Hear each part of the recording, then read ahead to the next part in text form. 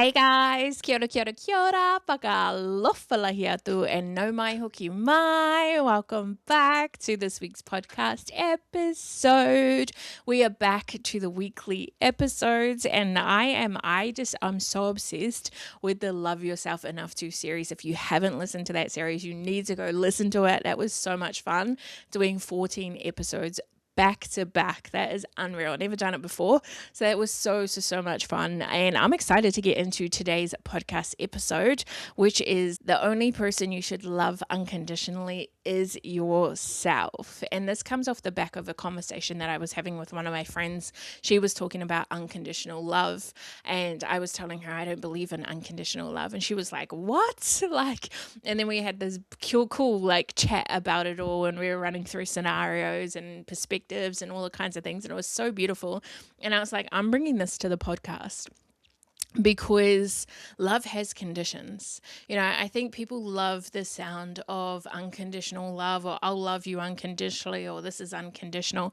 But the realness of it all is love should have conditions, and love needs to have conditions, right? Because when there's a lack of conditions, that's when you are harmed. There's betrayal, there's toxicity, there's disrespect, there's, no boundaries, there's a lot of things going wrong. And I think a lot of people have unconditional love for people and it's actually doing them harm. So we're going to break it down in this podcast episode. So my kind of go-to or my thoughts around this is I have love for so many people, but access to my life is conditional. There's so many people, and I kind of ran through this with one of my friends when we were talking about hypotheticals. It's you can love someone from a distance. You can forgive someone that's done you wrong. You can wish them healing and simply say you don't get to be close to me anymore. And that doesn't make the love fake or anything like that. It's just I have boundaries in place. I have conditions to my love. These are the conditions. If your love has zero conditions, you're pretty much saying I'm going to stay here, I'm going to be here no matter how I'm treated. So it opens the door to disrespect, being taken for granted, emotional harm, self-betrayal, and the conditions teach people how to treat you. People don't automatically just know your standards. They low-key learn them by what you're tolerating in life. So if you keep loving, if you keep staying when people are crossing the lines, you're unintentionally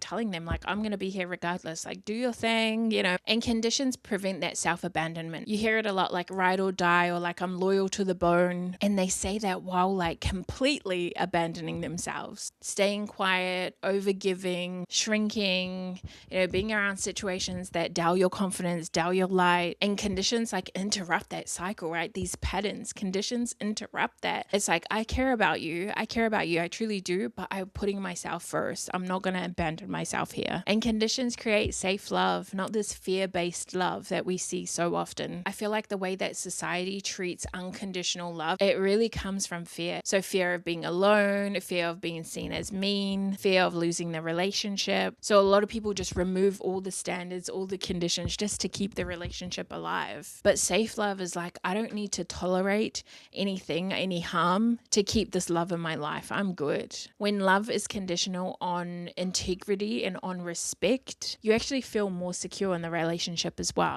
And lastly, conditions make your love more valuable. And think about it for a second. If your love is available no matter how you are treated, it's easy for people to take that shit for granted. But when it's rooted in self-respect, right? It's sending out all these different kind of signals to the world, right?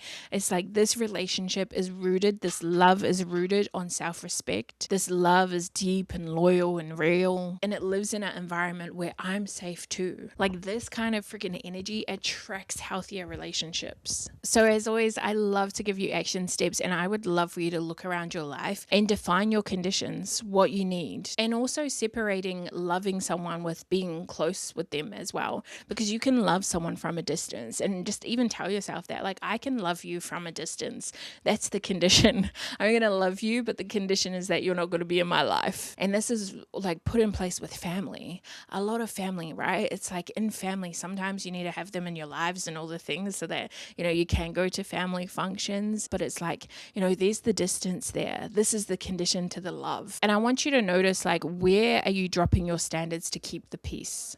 Maybe they say something out of pocket and you laugh it off. You say it's fine when it's not. A lot of people do this in relationships. It's like your partner asks you what's wrong. No, I'm fine. No, it's okay. It's like, no, say what you want to say. Tell the truth. It's not fine. And this is the reason why. Avoiding the hard conversations. And especially in relationships as well, like people get into these relationships and they don't know each other's values. They don't know each other's standards and all these kinds of things. And also communicating the condition like really clearly, like getting really clear on what your conditions are and telling them it. Like telling them what your conditions are in the most loving, perfect way. It's like, I love you and these are the conditions to the love. And the follow through as well, like that's the real work, is when you follow through with it, because conditions mean nothing if they're not upheld, right? People are just going to play in your face if you don't keep up with your conditions. So if the behavior continues, you create distance, you reduce your access, you protect your own energy, you leave the situation. These are the repercussions, these are the conditions to the love, and I'm out. So yeah, to close, love without conditions, just basically tell people you can stay in my life no matter what you do. You can play in my face and we good, like you're staying in my life, you take me for granted and all things, you take me for a ride, I'll still be here, ride or die. That's what a lot of people think ride or die or loyalty is and all this stuff. But love with conditions teaches people, like, if you want access to me, if you want closeness with me, you need to treat me with respect. Like you must. That's the condition to my love, right? So yeah, that's the podcast episode. I really loved that one as well, because I was even saying to my friend, like when I had said it to her, I was like, I haven't really said this out loud. Like I haven't really talked to someone about this before. So I was like, I'm going to do a podcast on it to kind of share my whakaaro, but I'd love to know your thoughts as well. Leave it in the comments, like, share, comment, send to a queen that would love this kōrero as well. But thank you so much for being here. I'll see you next week. Ka kite, koe kia.